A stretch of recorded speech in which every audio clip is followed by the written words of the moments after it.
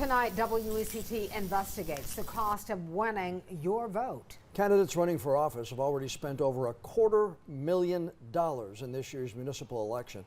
And that's just for the races in the city of Wilmington. WECT's Connor Smith has gone through each candidate's financial reports. And Connor, this is already a record-breaking election cycle here in the city. Yeah, that's right, John. 2025 now in the record books as the most money ever raised during a city council or mayoral race in Wilmington. Tonight, WECT investigates who has the most cash and how that could impact the vote next Tuesday.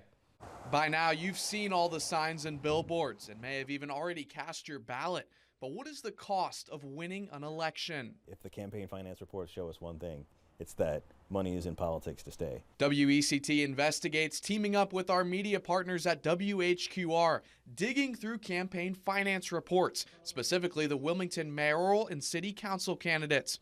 UNCW political science professor Nadine Gibson calls the reports revealing. She says they provide a glimpse into which candidates have support and who they might listen to if elected. When folks donate to politicians, they're actually buying the politicians' time and energy. Wilmington's longest-serving mayor, Bill Saffo, is facing a rare, high-profile challenger this year, former County Commissioner Jonathan Barfield. But campaign filings show fundraising in the race isn't close at all. They reveal that so far, Saffo has raised 8 times as much money as Barfield. Saffo's receipts adding up to roughly $130,000 in contributions, while Barfield has received less than $17,000. Republican challenger Billy Craig raising around $8,000. He's leaving no stone unturned when it comes to raising money. If you can go to a door and knock on it, I think Bill Saffo has done it. And filings in the city council race show Republicans at the front of the field. Incumbent Luke Waddell ahead of the pack with more than $130,000 in donations. Fellow Republican Richard Collier raised $85,000. Behind them in funds raised, the 3 Democratic-supported candidates, Cassidy Santaguida, J.C. Lyle, and Shakima Clinton Quintana. Incumbent Democratic Mayor Pro Tem Clifford Barnett next with around $9,000. And at the bottom of the fundraising race, Kelly Roberts with $730 of in-kind donations, and Sean Guerrero, who is not running an active campaign. The candidates bringing in the most cash, relying on real estate money.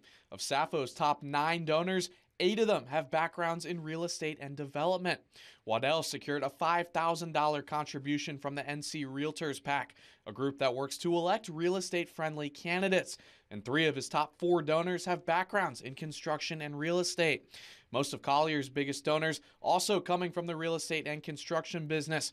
Combined, 5 of those donors paid over $30,000, accounting for more than 1/3 of his total contributions. There's an extraordinary amount of money from real estate, from development, from construction. Maybe not surprising given the sheer amount of ongoing development here.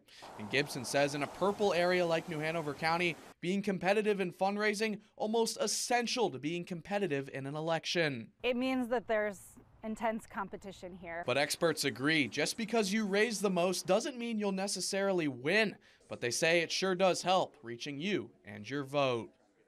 Now, we do have the numbers for each candidate broken down inside this story on your WECT News app and WECT.com. That includes how much each candidate has raised, how much they've spent, and any notable donors they have so far. Connor Smith, WECT News.